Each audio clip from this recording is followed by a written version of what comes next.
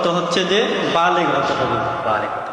এখন বালেগ হওয়ার সর্বোচ্চ হচ্ছে ছেলের ক্ষেত্রে 14 থেকে 15 বছর, আর মেয়েদের ক্ষেত্রে হচ্ছে 12 থেকে 13 বছর। এখন ছেলের ক্ষেত্রে 14 থেকে 15 বছর যদি পৌঁছার আগে এই ছেলের মাধ্যমে আলামত প্রকাশ পায় বা নিদর্শন পাওয়া যায়, তাহলে ওনার উপরে ওই বছর থেকে কি নামাজ রোজা ফরজ।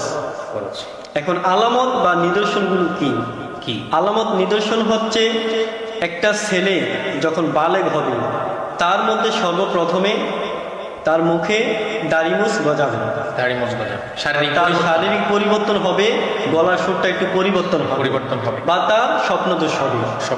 এটা তো প্রধান কারণ স্বপ্নদোষ হবে। এই স্বপ্নদোষ হলে একটা ছেলে বুঝতে হবে যে উনি বালেগ হয়েছে, তার উপরে রোজা ফরজ হয়েছে।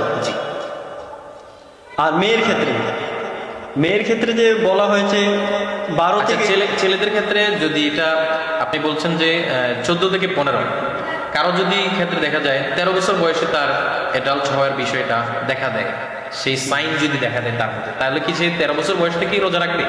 হ্যাঁ, আপনি বুঝাতে চাচ্ছেন যে 14 থেকে 15 বছরের পূর্বে যদি তার নিদর্শনের একটাও আলামত প্রকাশ পায় যে তার স্বপ্নদোষ হয়েছে, জি, তখন থেকে তার উপরে রোজা রাখা ফরজ হয়ে যাবে। অর্থাৎ আমরা কি এটা বুঝবো যে ছেলেরা রোজা রাখার ক্ষেত্রে